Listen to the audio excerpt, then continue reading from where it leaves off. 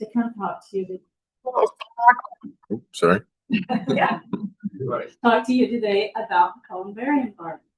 And I guess we're here to just sort of give you a review of what we've done already and how we started, how we got going, and how it's going now, which is very hot outside, so it's kind of getting dormant right now. But so I'll start today by talking about the beginnings. And then Vicki is she's made a wonderful presentation that she's gonna do after I get done with my little part. So this is a native Texas wildflower garden. And how did we start? Well, we started with our own yards. For myself, I had mainly grass in the backyard. And so I was starting to worry about things to do with pollinating insects. Butterflies, bees, they were all declining in numbers that I'd read about these stories about with declining numbers. So I started digging up the grass in the backyard and coming back and planting flowers, pollinator-friendly flowers, and host plants for bees, butterflies, and other insects. So that's how I got started. And at the same time, Vicki was working in her yard, and so we got talking about all the things that we enjoyed doing with our flowers. And so about 3 years ago, right? 3 years ago, 2023. It was a very rainy, gloomy, Sunday morning, and we were standing in the narthex looking at Columbarium Garden. And it was looking very, it's the winter time too, but it was looking very sad, very dreary.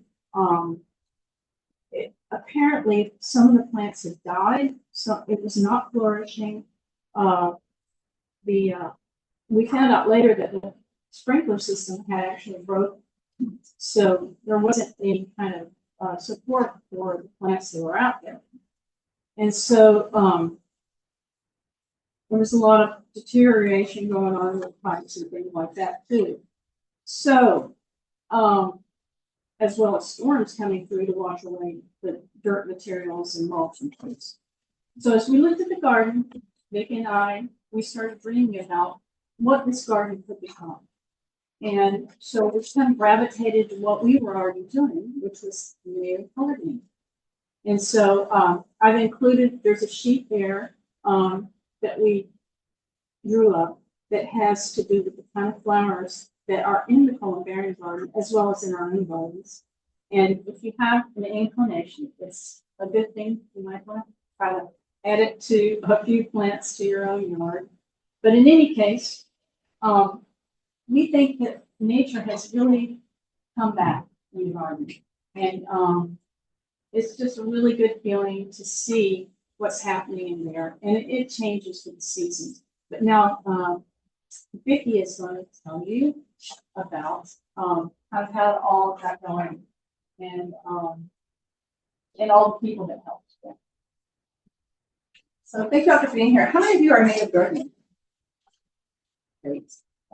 So as Elizabeth said, I didn't start in my backyard. I started in my front yard, and today it is completely planted with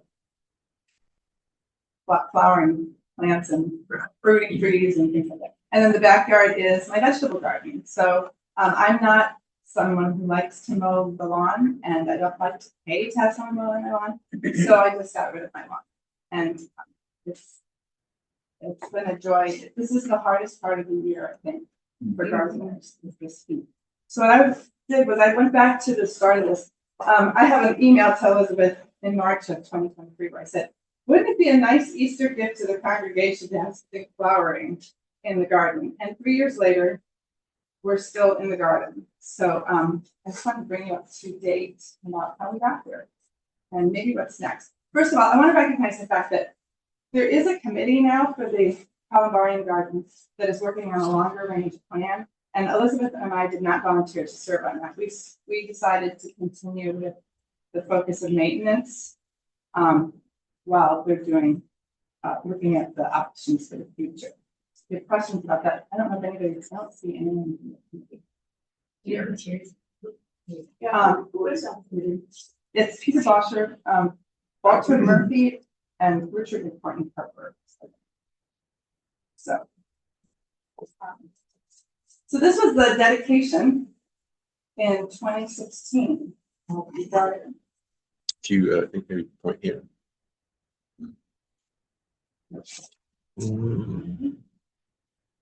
Now try. One more time. There we There you go. go. Okay.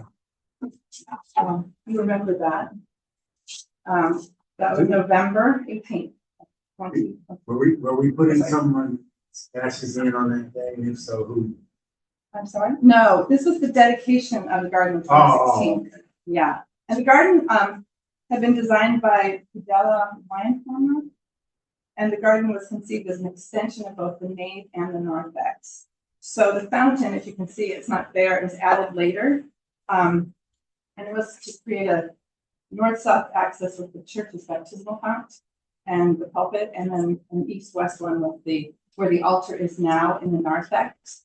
So that's why it's located in a specific spot. It's all a very specific design. The native red maple that you see here in the middle, that was a gift. I thought it was from Leipzig, but when Pastor Moore was here last, he said it was a gift from Wittenberg. And that it was a reciprocal gift for the tree we gave to the Luther Garden for the 500th anniversary. But we don't have a dedicated plaque there, and I've been trying to gather information, and I could never get any. It came from Wittenberg, yes. Wittenberg. So it'd be nice to get the actual details and recognize it as the gift that it is, because I don't know, when I was in Leipzig and walking around the city, and I'd see Houston in the pavement as the sister city, it felt very welcoming. So it's a nice, but we want to have a good plaque if we do it. So I've asked Pastor Moore several times and other people who have had connections with it, but getting the details right would be essential. So the jasmine ground cover that you see in the middle, it was selected to get a low carpet throughout the whole area, especially to the visibility clear to the fountain. And then the garden originally had a drip irrigation system, which you can't see in this photo, but you will soon.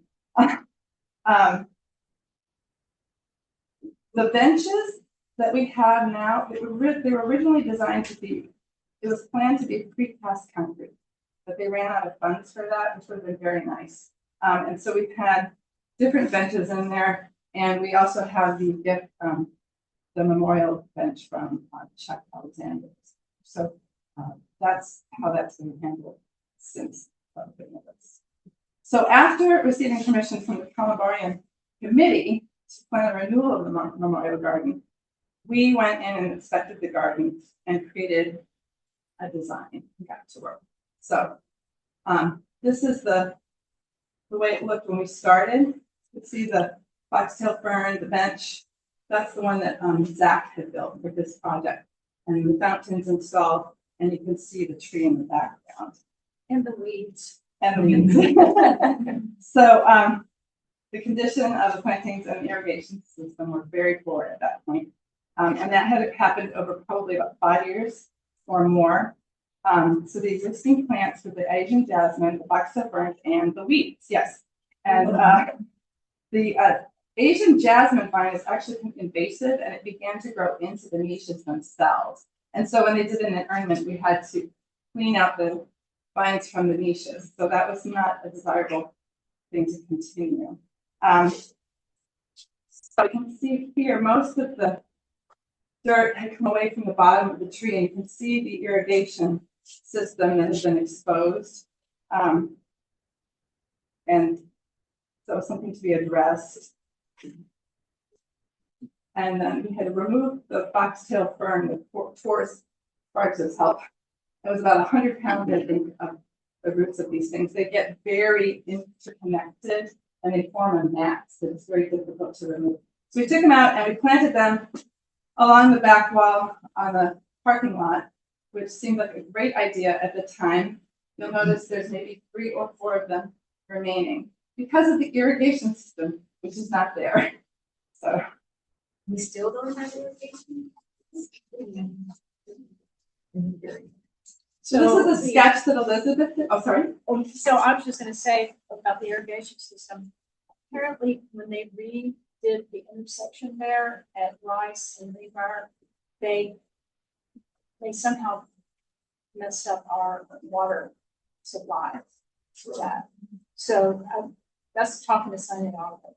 So that there's no, whatever they were using for the water supply is. So this is a major project. And we don't deal with like, the hard state, like, in the super things. We just do plants.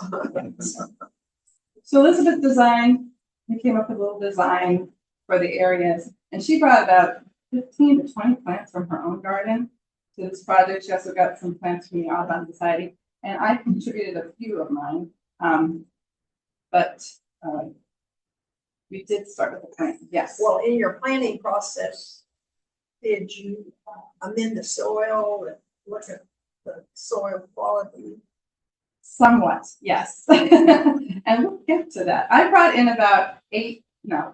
I brought in a lot of dirt for the beds that were surrounding the central area. So that as we planted, we put new dirt in and we fertilized initially for them, so to get them started. Let me also say the native plants don't like garden soil, or at least not farm soil. They Yeah. prefer much less amendment and much less fertilizer than you would have for your natives farm. Right, so we basically got the general garden soil to bring the beds up. They were very low. The trimming was all visible and all that. So to give them a chance to get started, we did do that, and we'll see a bigger part of that in a minute. So, but we initially focused on the niche beds, and then the beds by the windows. And you can see, just putting out a lantana in the garden, we immediately got our goal, which is bring them on. And then the end of the planting, that's the bed under the window. It was originally a mixed bed. It had the daisies, the lantana, some plumbago, and we have 2 Japanese yew in that bed, one by the door and one at the other end of the window, so framing the window. And we had some cantaloupes in there, but they didn't do well over time. So now if you see it, it's mostly the lantana bed, which needs to be regularly trimmed, but they like it and they're very easy to care for. So they provide color, butterflies love them. So gradually we're taking the other plants out and there we have the cycle of life already. So that happened the very first year we were in there. Yeah. That's a monarch. A big caterpillar. Well, it's in the. Yeah. So this was the end of a work day, and you can see at this point, all we had finished were the beds around the garden, but the central bed is still just the jasmine vine. So that's what we did next. And We had help. we had help on this one. We said we couldn't deal with bringing dirt in for the central. It was just too much. So they brought in a truckload, and we had Tor had taken out most of the irrigation system that was cracked and broken, and we cleaned up that whole central area. So that's what we had. That's our canvas we had to start with. Now, I love this plant. This is one of my favorite plants. It's called frog fruit, which became, I think, Elizabeth's nemesis. I brought it in because I love that. it's a very good ground cover. It blooms from April to October with these small flowers. Bees love it. I use it in my ribbon driveway. In contained areas, it's very well behaved. So I brought it in because I wanted to keep other weeds at bay. It was an overachiever, and I think it scared everyone. It was growing over the paths. If you go up there now, you'll see it around the edges and bare patches, and I think it's doing what I intended. And it's very easy to pull out. So I use it around the crepe myrtles in the front. If you remember, that's just always been weedy dirt. And this is really what I'd love to see is, I would love to see broadroot and alcohol strips along the streets where there's just grass that gets weed whacked, because you can weed whack it, especially the edges. It doesn't like to be mowed, but it's pretty easy to contain, and then you get at least something that's green and it likes shade or sun, and it can survive with really very little water once it gets a step. So it's always the truth. Right. This wall at the end of the garden, we didn't do anything with this. So the yellow lantana here was part of the original design, and the flowering jasmine, which has never really done very well. I think it got hit hard in a freeze. We've lost a lot of the plants. I try to weave it back in, but there's a question about whether they're going to extend the niches to this wall now. And so if they do that, this is all going to be changing. So we're basically just maintaining it. I don't think the vine actually likes this wall very much. I think that the sun isn't quite right there or something for it. And then it's not getting enough water. So between the two things, it's hanging in there, but barely. And then there's maintenance of the garden. And this is where we can always use help. These asters came in 2025, and in the center garden, they were like 4 or 5 feet tall.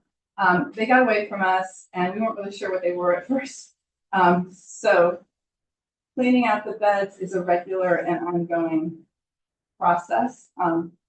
But that's never happened again. That was the second year event in the garden's been established. So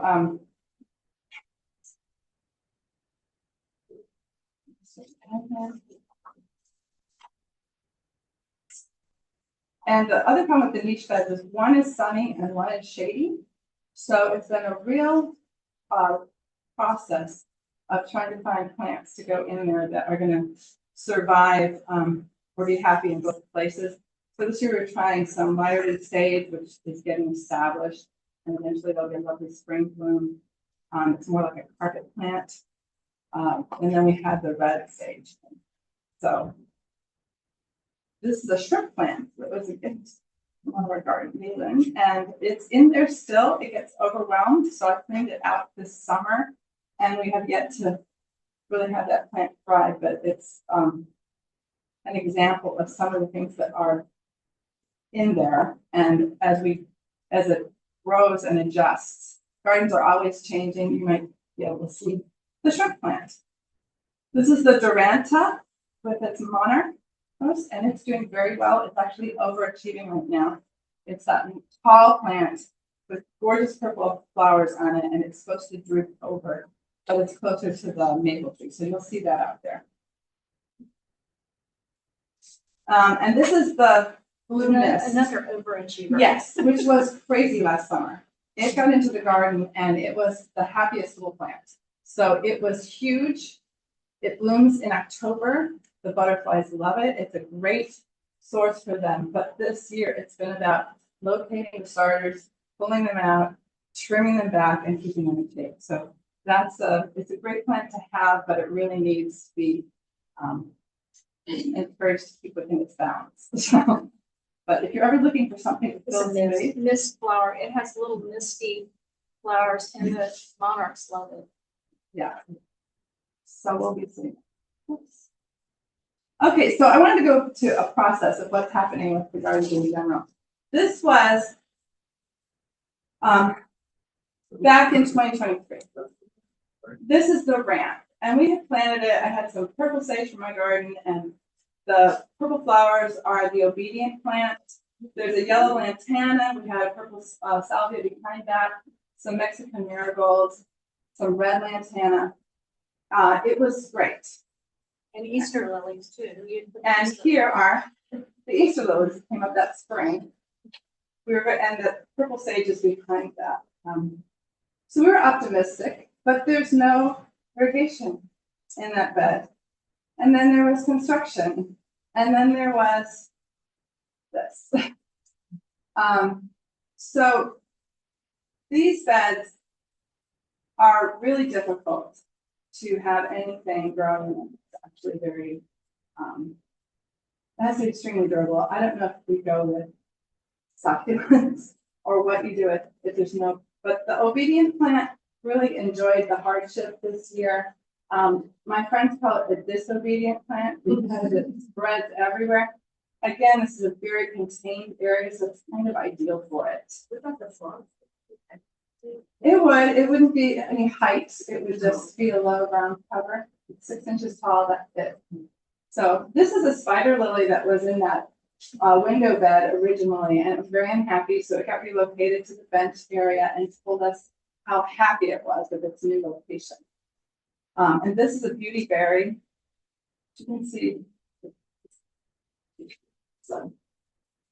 And then Elizabeth added the Texas sage, and the nice thing about this is it's an evergreen. Again, it's going to need to be shaped because these can get, mine is colored, and I will shape it this year. It's very pretty to look at. It's kind of like a Christmas tree in the front yard, but it has beautiful purple blooms, and it will provide some greenery all year round. So this is the niche bed.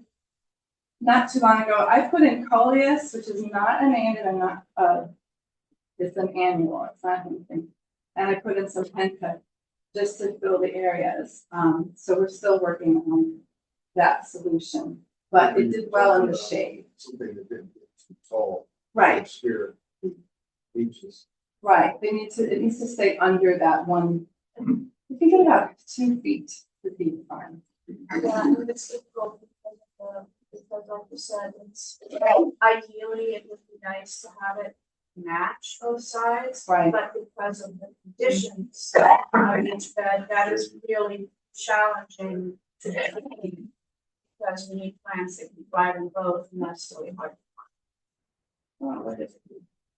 There we go. Yeah. So the we had some chrysanthemums actually that we're very happy to left those. But again, things need to be shaped up. And it's ongoing process. Yeah, the challenge. So we did want to keep lower things on either side of the fountain for the visibility that was originally part of the plan. So we added some blue bonnets this spring, and hopefully, if they're happy, they'll be back. So that's a new trial. So as you can see, this is around the fountain right now. We have the partridge tree that came up, and there's yellow flowers here. And we just decided to let them add that wispy color. They're just very elegant. And Can I say beautiful. something about Yes. the partridge pea, because I was thinking about it. I got one partridge pea plant from Audubon, put it in my yard. And then, now you see when I brought one partridge pea, and it must make hundreds of them. So, I bought a single partridge pea plant without flowers, just with the seeds on it. From the Arboretum one year. Yeah. I have it everywhere now. I love it because it is my bee garden. yes, the bees love The it. bees are absolutely all over. And there the they place. are. But and it's also easy to fold with this manual. So once they're done, I fold them. My complaint is that the grading hides in between the partridge bees. It does not hide in the golden. Goldenrod seems to try to drag moved away, but it hides. So you have to go through the partridge bees while the bees are going through too. Oh. Then pulling out the rag. That's the Well, one thing I'm especially trying to eradicate. Good one. if you're in the garden and you see a partridge pea that's turning brown and has the flat top, But give a little tug and pull it up for us. It's very helpful. Take some seeds. Right, so, And you saw that for the Texas years, in the walkway up to the, township home.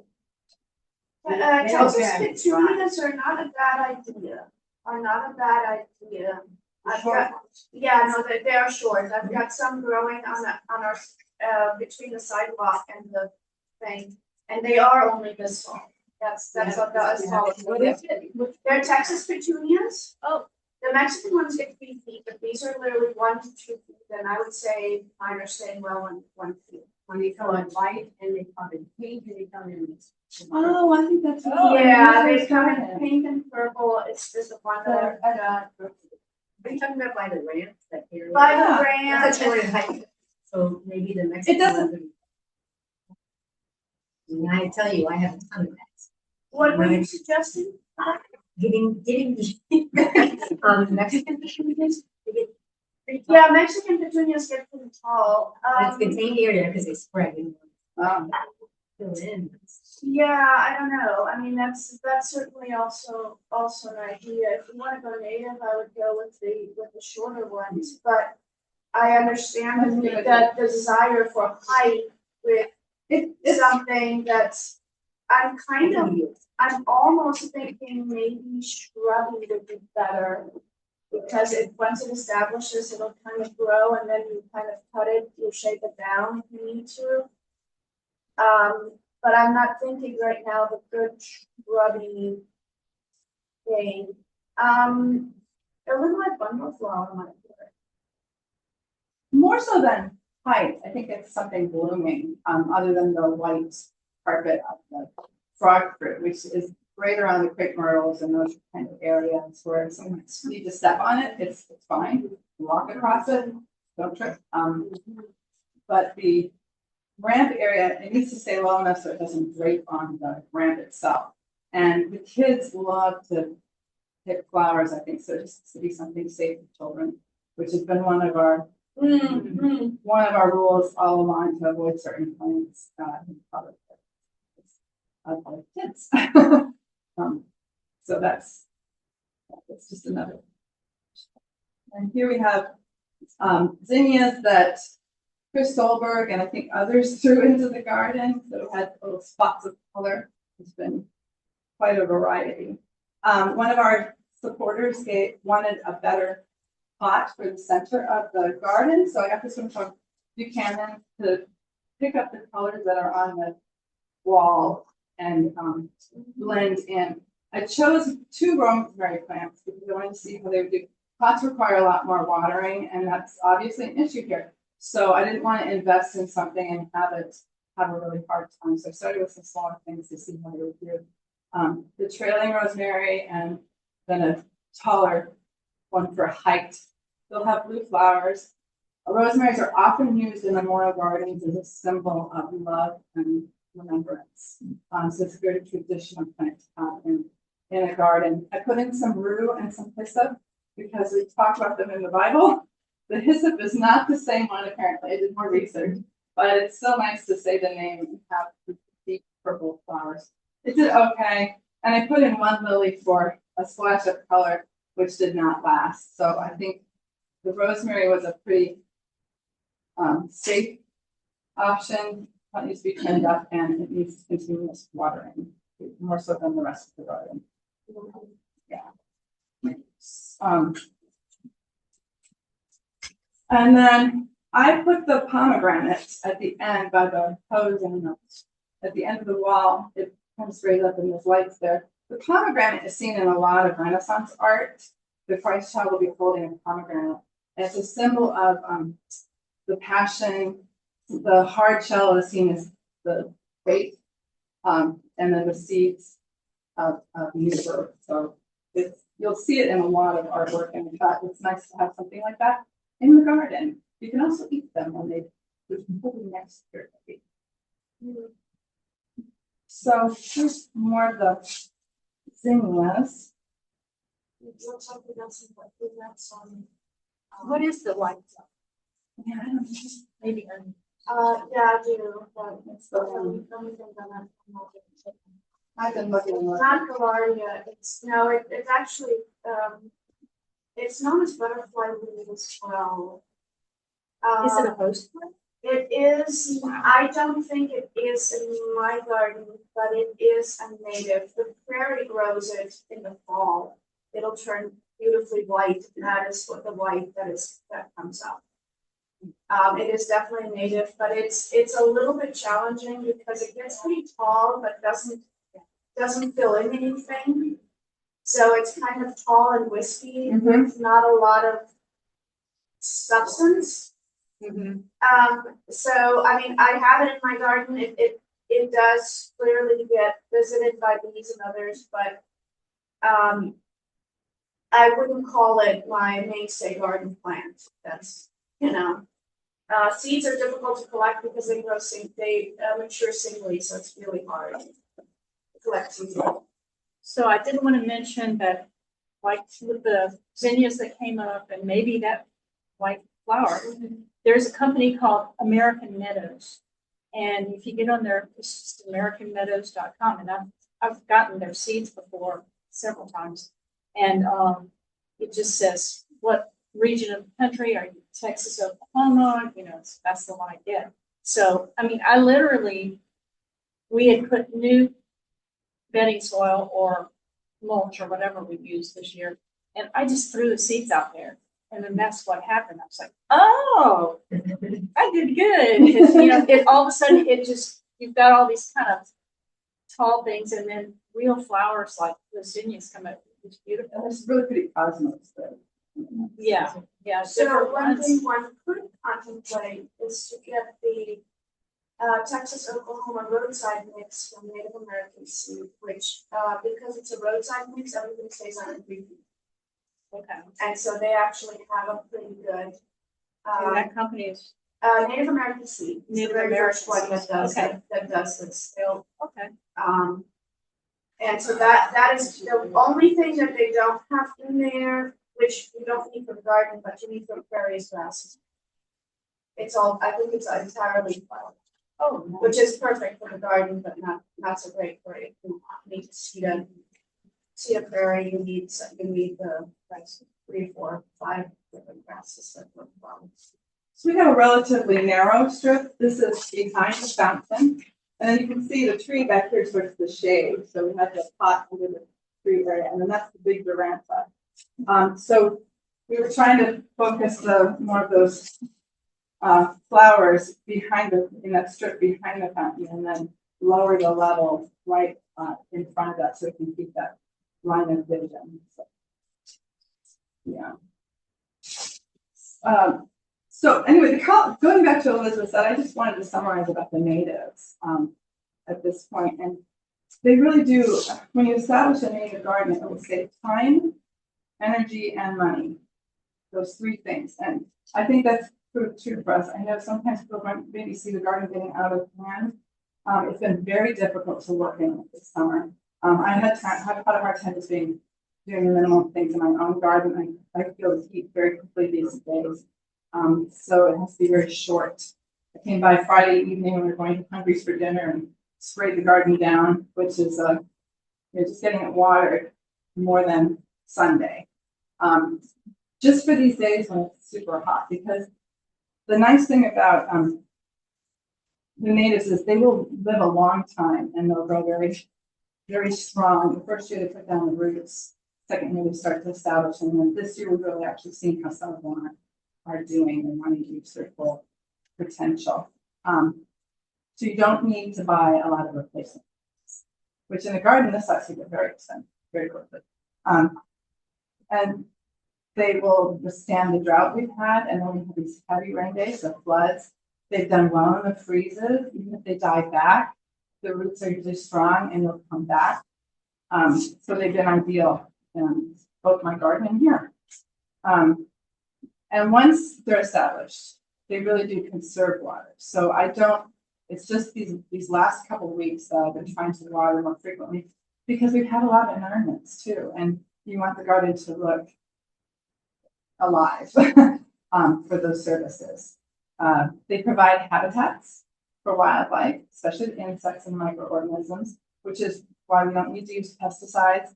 We don't really need to bring in mulch every year, but we do need to delay raking leaves because there's a lot of good organisms in there that they need time. So we've been trying to, when that happens, we've usually left them mostly under the tree and clean areas around that.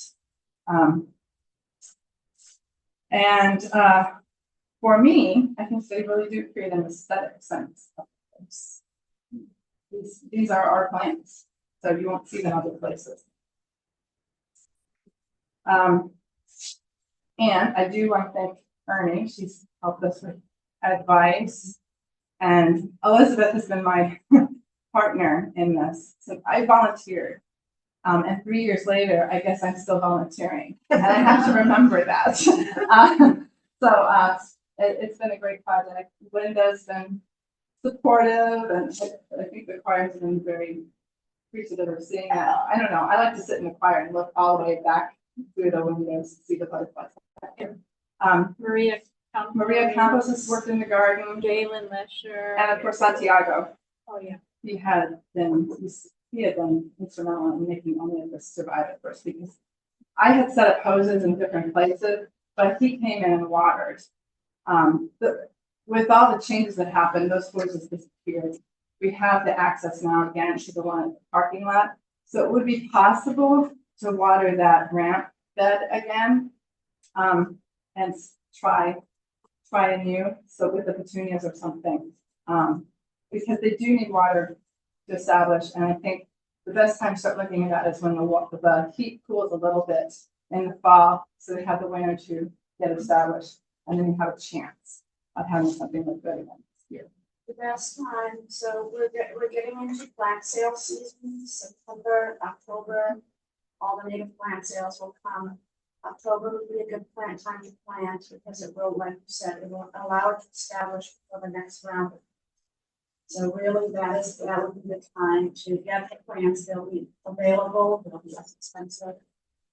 And if we wanted to seed, we could also seed at that point, and then have at least a hope that it would survive into, through the winter and then into spring before the next.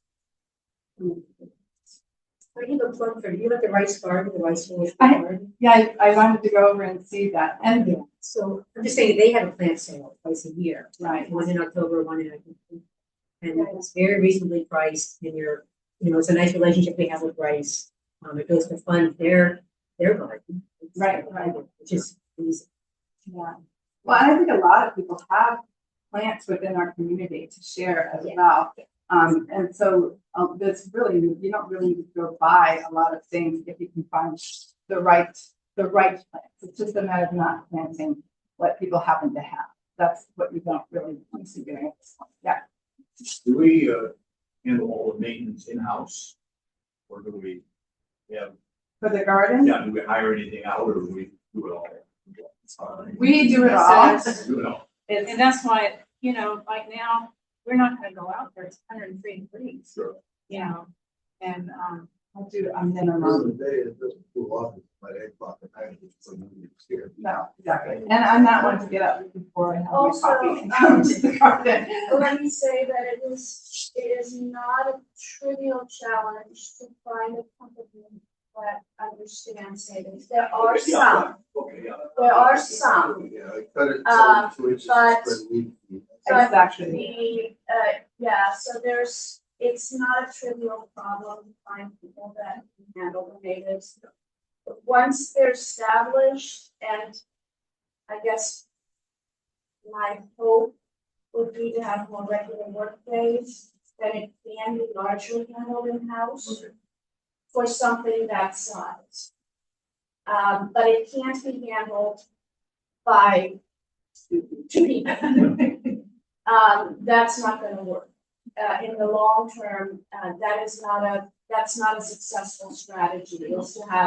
It needs to be a larger community effort that is led or guided by people who have a vision, who say, oh, this needs to be here, but who also say, hey, we need to get this all trimmed down and have hands that do that level of work. we had a young guy that Caesar. came, yeah, Yeah, Caesar, have you, he came, I think, to work in the garden one time. I showed him my garden and he was coming over here to water. But I have to follow up. So Or he works with the community garden in the Heights and was very excited about Working. being involved here. And it would be great because one of the things is just rounding people up and having that leadership ownership. I think it's been very general between Elizabeth and myself. Cheryl will send me an email, say there's an ornament, there's a memorial service. can somebody come look at this? And so we'll go over and give it a once over before. And I think Santiago often goes in on that for sure. I'd love to see, like I said, the areas on those streets. Put some frog fruit in there or something that has to be weed whacked. But again, it's who's gonna do the maintenance, will they understand what it is?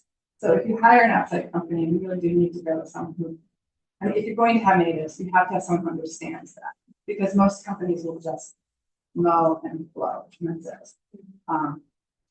And so, Is there any combination of work days? I'm wondering if it would help to join forces with Lisa Brunstelli and her oversight of the pollinator garden trees, because we have work days right, usually just twice a year.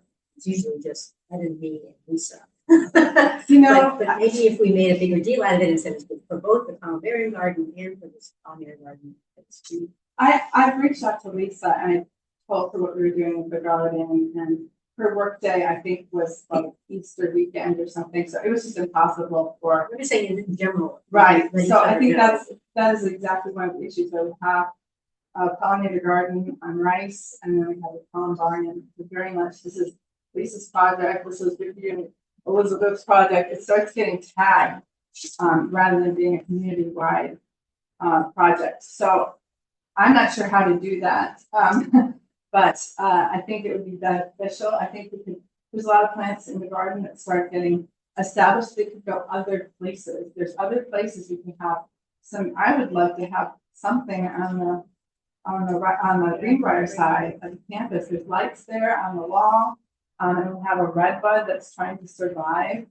But it would have to be, the thing about natives, as Ernie has said over and over again, is they have to look bland. Because if they don't have a border or some kind of edge to them, they can just look very out of control. So there are examples of plant native gardens very close to us. Museum of Natural Science has a plant native garden on the side of the butterfly. And Rice has also done some things with bordered places, but it does have to be planned. And unfortunately, much as I would love it to be, it isn't maintenance free. It does require regular attention. So I know that the Museum of Natural Science, they have a monthly work.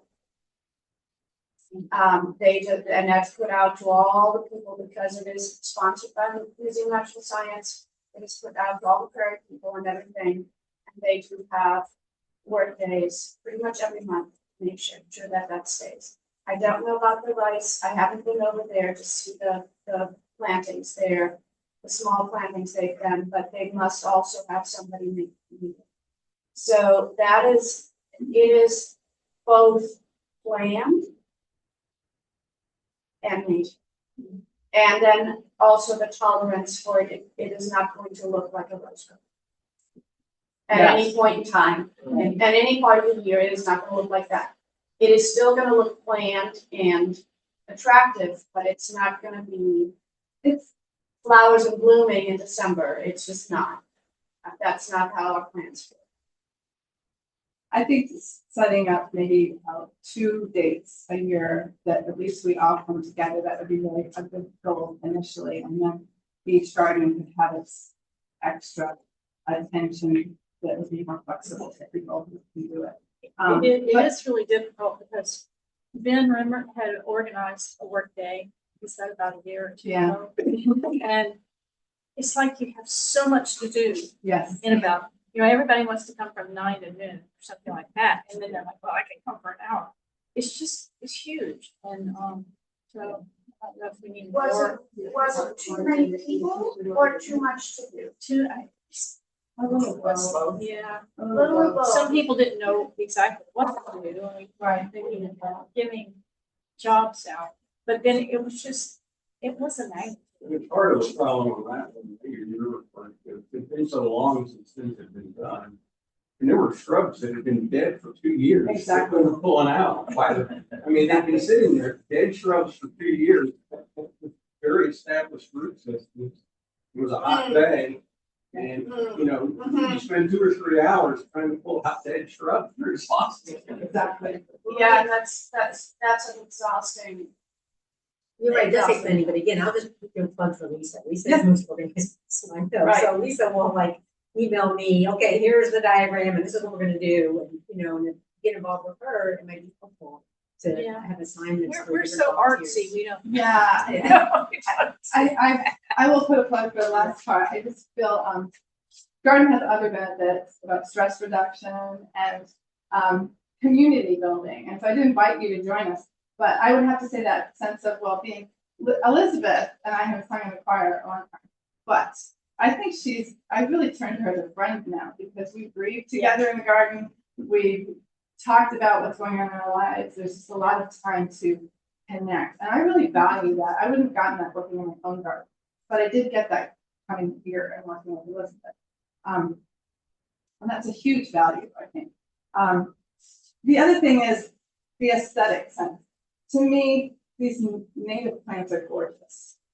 They can thrive in a place that's really difficult. I drive around our city, and when you're driving in most areas of the city, it's not very pretty. They sometimes have bluebonnets on the highway side, but there's a lot of just patchy grass. They got plowed down, and I'm thinking, forestry was really good there. We whack it once a month or something if they need to.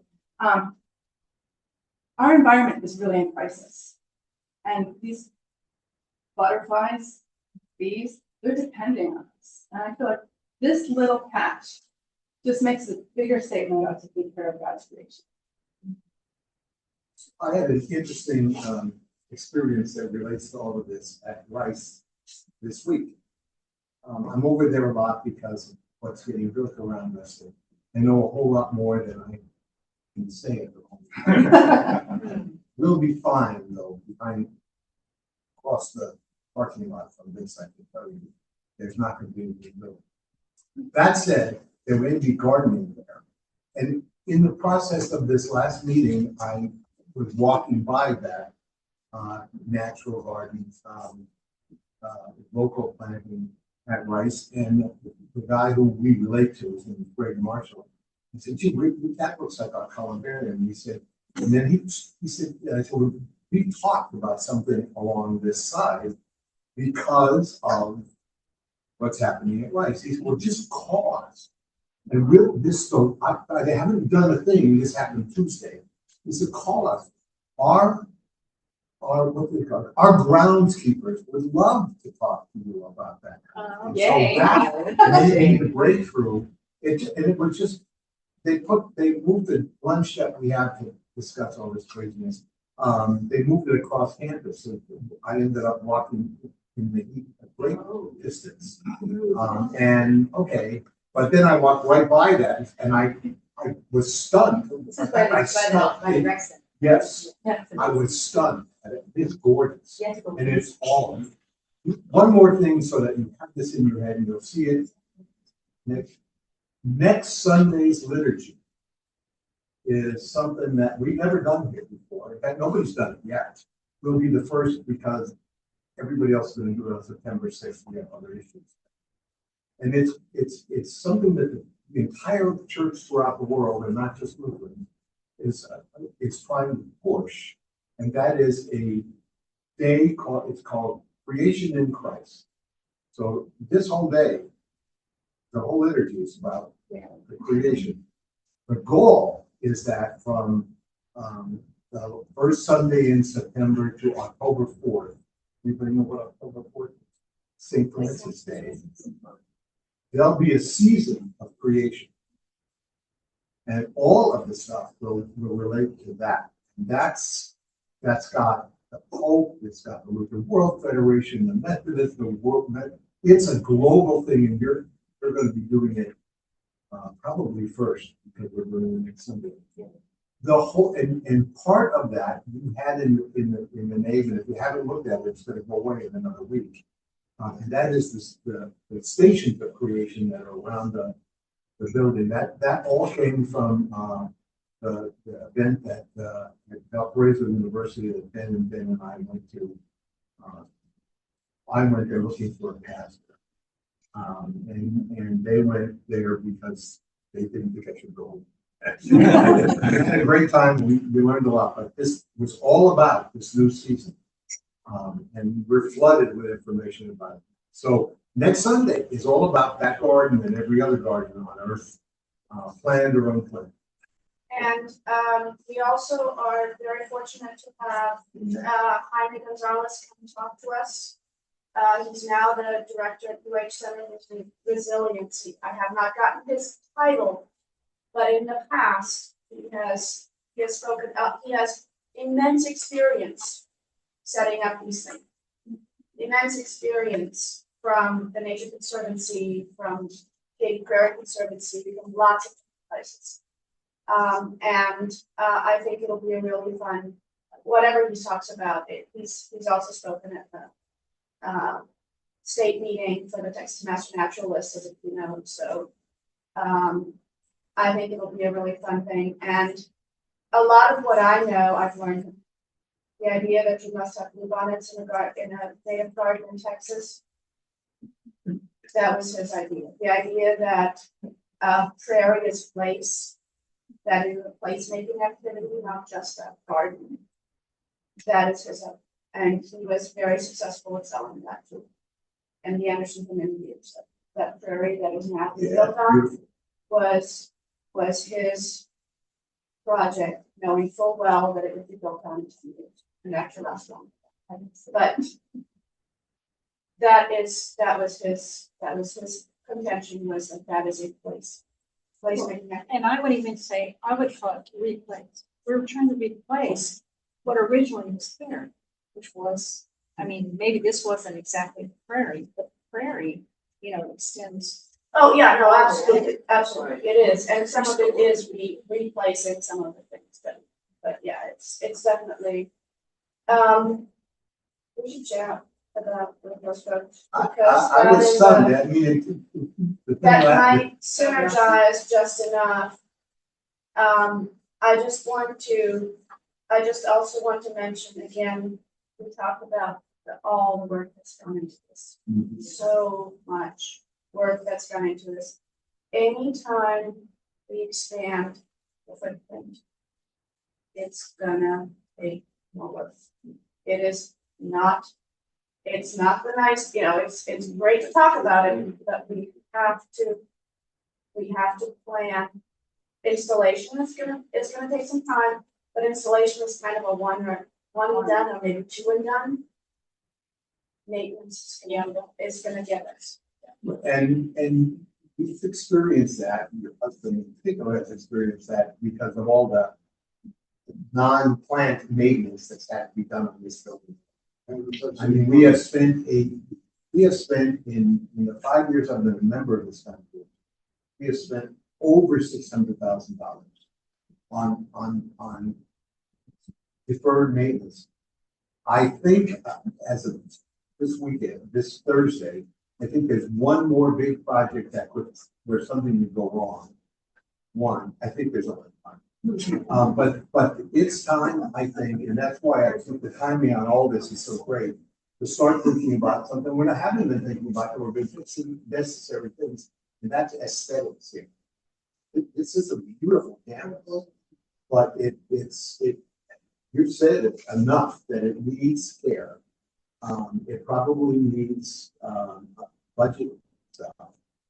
And with the building that we're talking about in terms of property fund, capital fund, property fund, there's potential to have all that there.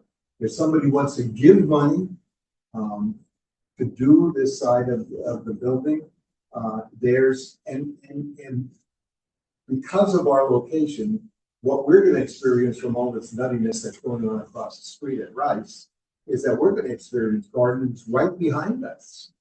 This is not going to be buildings behind us. It's going to be garden behind us. Oh, wow. So the connection to us, I mean, we must work with those folks. That's the bottom line. Rice has a big interest in the exterior along our campus, matching what they're. Yes, they do, and they made that very clear. And it doesn't have to match what's inside the Columbarium garden, because that's limited view. So Farthering that way, what we don't want is the groundskeepers, you know, coming into Columbarium. No. But we do have to, you know, with you, we have to budget. Not having a sprinkler system, there's no sense in it. Oh, I know there was one there, Well, I have a short run. but there's just, we gotta, that's all aesthetics. That's not, you know, necessity, although one could argue pretty hard that it's a necessity. We just gotta do that because, you know, it's one thing to have, it's like when we cleaned the building 5 years ago. You know, nobody wanted to spend $11,000 or $12,000 to get the black off the building. But that changed things here. So this is the same thing. I would say that whenever I've been working on the common garden side, it's always on a Saturday morning and this traffic, foot traffic is incredible, right? People going hungry, people jogging, people whatever. And so many people stop and say, "This, thank you for doing this. This is so nice." People, it makes an impression on them. Right. And the thing about the sprinkler system, I mean, if we just had a system in that could be used as needed, Yeah. like, that would be ideal, instead of just having a program come on randomly or daily. Because these plants don't need it all the time. It's just that we do have a hot summer sometimes. Everyone's And I have a proposal. You know, because you've got the faucet right there on the wall, and that one, right now you've got a hose Right. that you can spray down. That means somebody has to come over here. Yeah. Are you thinking about something you can just turn on like a kitchen egg timer and let it time out for 30 minutes or 2 hours or 3 hours? Or are you thinking about something that, you know, you don't like the idea of something that comes on, you know. They don't need it. But it's just, if you're gonna do something along the back wall of the parking lot, like, I put the goldenrod in there. I was picturing like beautiful purple sage all along that wall, so I put some of that in there. And then I thought, I'm not gonna do any more than this. There's not gonna be any rain for a while. And then we got rain. And it all grew. And that was kind of just an experiment. And then nobody regrets it. So it's still there. It looks kind of haphazard, but I was just kind of curious about what would do well. And rather than throwing them plants out, I just stuck them. One could, what I think we're doing talking about is silver hose, something we actually used in the past. Yeah. Which is the cheap grants version of a sprinkler system. Well, and we, That can be turned on and left on for. until there's a item in your budget, I for just, property budget, put in a permanent sprinkler system, silver hoses, because we can get all the way around the perimeter. This one's the hardest because it's all bounded by hardscape. Okay, Right. the others, we can hop over spaces and we can find an inobtrusive place to hop over to get in the center and just put in a Y connection up here so you keep your hand sprayer and you have, whether either it's a manual timer or something that comes on a more regular basis, either way, and then you can get water back there without having to stand out there with somebody holding the sprayer. I think that'd be great. I think And that would take an afternoon. right, the issues are, again, just making sure it's not in the way when people are going to the garden, because people are gonna see it as a trip hazard. I mean, you just have to watch out for that one kind of, and we already have that back pathway especially is very uneven. So it's, Well, it's bricks on sand, right? yeah, exactly. So Needs to be reset. a trowel, lift up some bricks, lay down a non-soaker hose, lay down put down the sand beds, put the bricks back in. Okay, that's a significant chunk of an afternoon for one person, but it's doable. And that would maybe fix the wall. And you all thought about having Yeah. a group start, a gardening group start in the church, especially with this emphasis that church is gonna have in liturgy and so forth. If you're gonna give this, you know, That fall would be the season, mission statement, so everybody's on board. Is to get- because people don't know. I mean, obviously, this session, we're talking about it, and maybe people are gonna go online and listen to it again.